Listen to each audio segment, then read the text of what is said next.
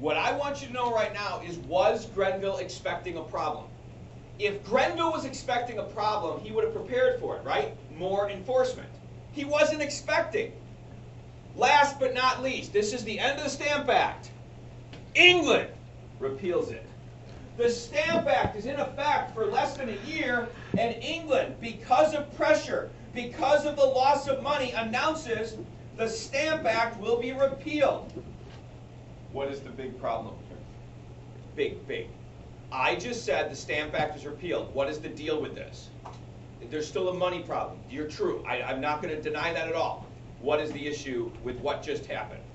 Ladies and gentlemen, the colonists have... You guys have mommies and daddies, right? Don't you learn how to play with them? Which parent can I push? Which parent do I cry?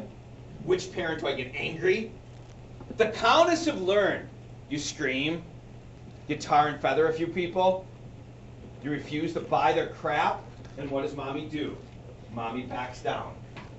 The problem with the repeal of the Stamp Act is maybe it was a stupid tax. The colonists have learned our whining, our crying, our protesting works. That was a mistake. From England's point of view, it is kind of like a chink in the armor. They have just allowed the colonies to dictate policy. Please understand.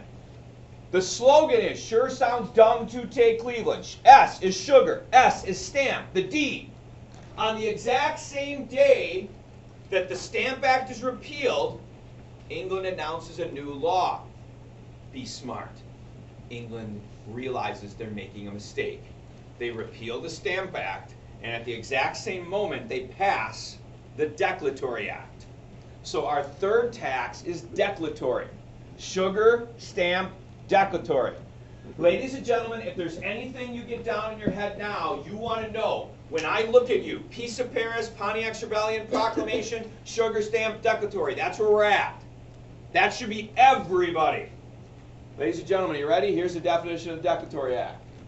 Colonies are subordinate to England.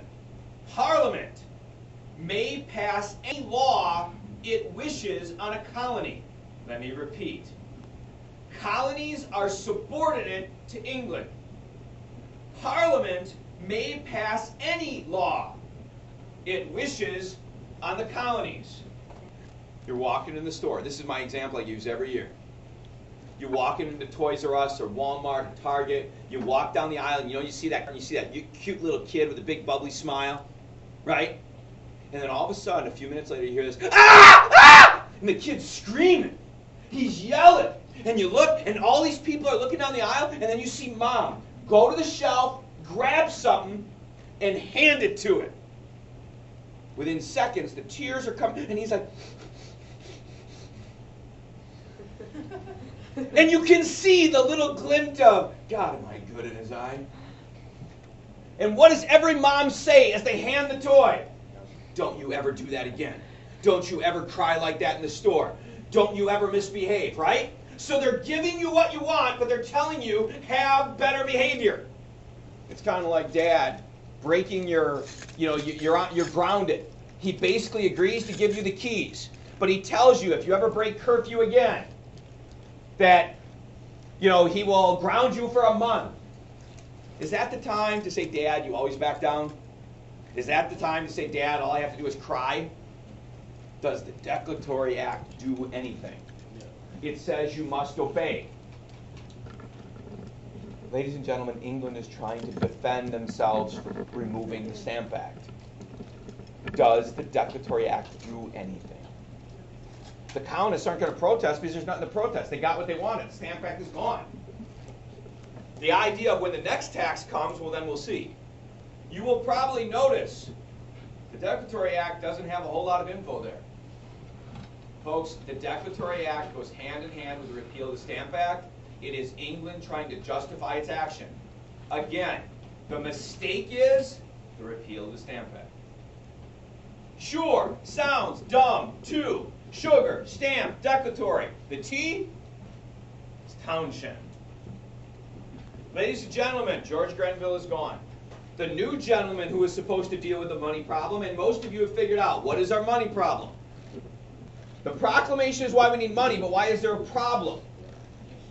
We're short because the Stamp Act is gone.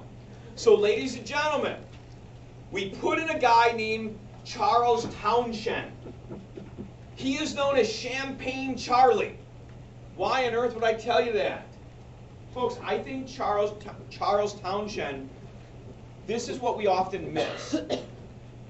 Ladies and gentlemen, Charles Townshend was one of the most eligible bachelors in England. He came from a very rich family. He was a younger man. He was extremely arrogant.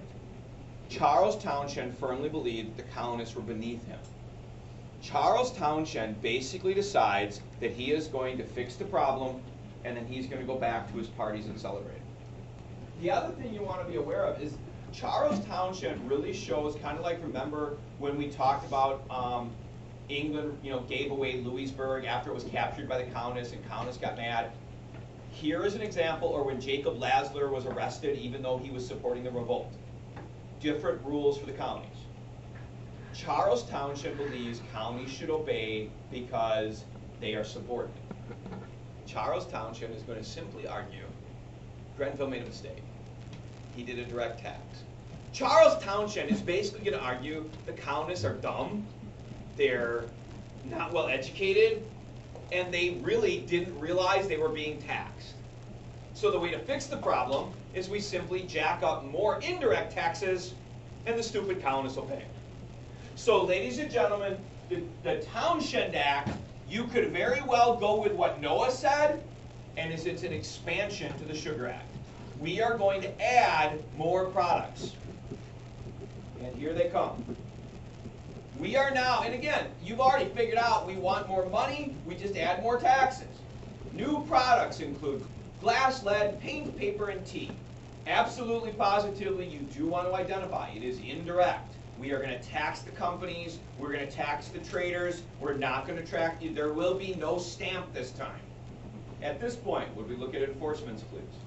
Let's be honest. Townshend isn't stupid. We need to deal with some problems. Once again, if you are Charles Townshend, what is his opinion of the average colonist? They're stupid. And are they bold and strong? They are obedient, correct? They are afraid. So does he have to deal with the average run-of-the-mill colonist? From Townshend's position, who would be the people I want to make an example of? Sons of Liberty? That's one. But really, what I'm dealing with is trade. Ladies and gentlemen, Townshend is back. We saw that in the Sugar Act. Nail the smugglers. Starting at this point, you don't have to pay the tax. The company pays the tax. The only thing that can possibly stop that is companies that are illegally selling products. So his target is going to be smugglers. There are two enforcements. Number one, he creates what is called the Board of Customs Commissioners. Ladies and gentlemen, you could argue this is brilliant, this is intelligent, or you could argue that Townshend is a creep. Up until this point, what happened is records and information would be sent back to England, and then that information would be distorted by the Board of Trade. What the Board of Customs Commissioners does is all customs data goes to this agency, which of course is in Boston. They gather the information, and they then conduct reports, which goes to the soldiers, remember quartering, it goes to the stamp collectors, and the biggest thing it is supposed to do is identify. Folks, I mean, people are smart at this time in history. They identify how many people are in a city. They can divide it and do like a percentage average of what the average tax you should make per person. If they notice that a particular area is not collecting the same percent of tea tax or sugar tax or glass tax, what would the indication be? Someone is smuggling it. Because the odds are that if the number is significantly different, odds are that people don't use glass. It's not that they don't use glass. The odds are, what are they doing? The people are buying it some other way. Ladies and gentlemen, the Board of Customs Commissioner is designed to provide information to the tax collectors, the Army, to gather information. Notice, he is putting it in America. What is the cheap part? You could also argue Grenville is trying to have them do his job. That way he can go to the parties. Champagne, Charlie. What was that? You said Grenville. Well, I apologize. It's actually Townshend. Okay? Number 2 protest. Folks, number 2 protest, I think you really see. Enforcement. Thank you. Here we go. Second, enforcement. Folks, the second one should really get you going, I get it. It's called the Vice Admiralty Court. Now, sometimes this will be said that Vice Admiralty Courts has started. Sometimes people said that England has done this before, and it is possible. What we want to look at, folks, here is it's going to get really different. First, Charles Townshend orders that 4 ships, literally, folks, if you're missing the term Vice Admiralty, Admiralty refers to naval, correct? This is a naval court. When you smuggle, it is a crime on the ocean, a crime on the high seas. You are not bound by normal law. An Admiralty court is a court on a ship. First thing he does is he is going to place 4 ships that will be permanently docked in 4 cities.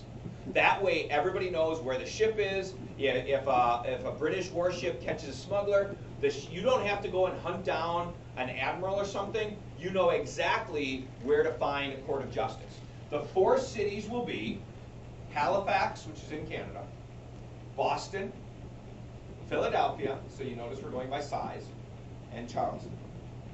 Folks, that part is more of intelligent. It's going to be easier. England knows what to do. The next part is the good part. Why on earth would we want to use Admiralty courts? The entire case is decided by a judge. The judge is to the ship. There is no jury. There is no common citizens coming in to give their opinion. The judge, who is a British naval officer, is the captain. That gives some advantage to the British. Are you ready? Here's the big one. Under the Vice Admiralty Act, if you want, you can say 1767. That would be specific to the Townshend. The law specifically says, for every smuggler convicted, the presiding judge, which is the captain, will receive 1/3. You get rich. Folks, does England really care if the smuggler is guilty or not? What message does England want out throughout the colonies? What message does England want in the colonies? Smugglers will be caught. You will, it will be enforced. You should obey the law. England is to the point that they would rather have a few innocent people caught than any guilty people get set free. England wants people so afraid of being accused of smuggling that not do anything that could get them to that situation. Protests. 1. What worked so well in the Stamp Act? The boycotting. Folks, the colonists aren't dumb. The boycotting worked. They do it again. Unfortunately, Charles Townshend is more of a pig-headed jerk who isn't going to back down to colonists, right? Charles Townshend firmly believes that England, Parliament, Grenville made a mistake by repealing. The repeal has nothing to do with whether it's a good law. It's allowing the colonists to believe they have a say. Charles Townshend, basically his opinion was, there's no way I'd ever repeal the law because it makes it look like I'm wrong. So boycott. Number 2. A circular letter. Once again, what do you want to point out? A circular letter is a written petition. The circular letter, look at the name, circle. The circular letter started in Massachusetts. Everything starts in Massachusetts. If in doubt, there's your guess. What is it? The people of Massachusetts wrote down their complaints. Why don't we like the Townshend Act? What is wrong with the Townshend Act? How does it violate the law? It is very proper. It is very official. It is a argument. It goes to every county, and every county signs and agrees to it. It is then sent to the king. It is a written petition. So once again, we see the colonists forming a very organized petition complaining to the king that they believe the policy is unfair. 3. Committees of correspondence. Let's do it this way. How do you guys normally share information? If you want to get a hold of your friend or your mom, what do? You text them. Do you guys all understand that basically any text can be picked up not only by the company that controls your telephone service or any government entity that wants it? I mean, the Patriot Act pretty much says every time you send a text and every time you talk on the phone, the government has a computerized system that literally identifies key words. If you begin to say certain words in a certain irregularity, the government has the right to begin to tap and identify your phone as a potential terrorist threat. If you don't believe me, go look at the Patriot Act. So, right now, that would be in the very weird situation. Let's be honest. Let's say we did have some sort of crisis in the country. Let's say people do begin to get into a conflict. Would this be a safe way to communicate if you were fighting against your own government? In the old days, people used to use the mail. Well, guess what would happen? Some of you said you watched the Liberty Kids. The British Army would literally grab the mail pouches and they would go through the mail. Probably isn't real safe to put anything in the newspaper because the British, they live here. There's British soldiers in America.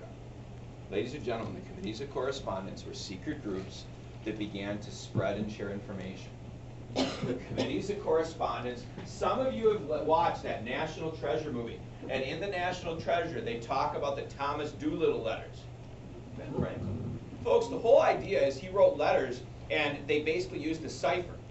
He and some of his friends basically had this little device that if you laid over it, it basically picked out certain words, and that was the real message. The rest of what he put in the newspaper was just a made-up story. They were sending messages. Oftentimes, committees of correspondence would use their wives. The wives would go to the store, they would go to town, and they would, of course, go to the store with their grocery list, right? They would give the grocery list to the store. The grocery list would actually have other messages on it. Committees of correspondence were secret ways where the colonists began to share and pass out because they felt they could not trust English. And ladies and gentlemen, we have one more. It's the one you should all know. March 5th, 1770. Who is our group that we haven't mentioned under the Townshend Act? The Sons of Liberty, the naughty kids. On March 5th, 1770, we are going to have a problem. Where are we? We are in Boston. We are at Boston Harbor. March 5th, 1770, and ladies and gentlemen, identify that as a date. Not a year, that is a date. On March 5th, 1770, a group of the Sons of Liberty, like they did on a regular basis, went before the customs house, that is where taxes are collected, and they began to protest. They began to yell, "Down with this, no taxation without representation." Ladies and gentlemen, protesting and yelling in the colonies was relatively common. Guess what? For some reason, on March 5th, 1770, the crowd grew bigger. More people gathered. Maybe it was just the right day, maybe it was just a good combination, the crowd grew bigger. Ladies and gentlemen, as the crowd grew bigger, they became more violent with their words, they became threatening, and eventually people began March 5th picking up snowballs. They began to chuck snowballs at the British soldiers. Come on, the British soldiers with the bright red coats, they're trained to just stand there, right? What would be more fun in this world than pegging British soldiers with snowballs? Please understand, the Sons of Liberty look at this as a protest. They are showing their disrespect to taxes. Folks, to this day, there's all sorts of different arguments of what happens. What do we know? As the protest gets louder, the British Army begins to feel either that they were threatened or pissed off. I don't know which is the truth. Maybe it's some of both. According to the story, the commanding officer of the British, because there are quartered soldiers in front, will finish the massacre tomorrow.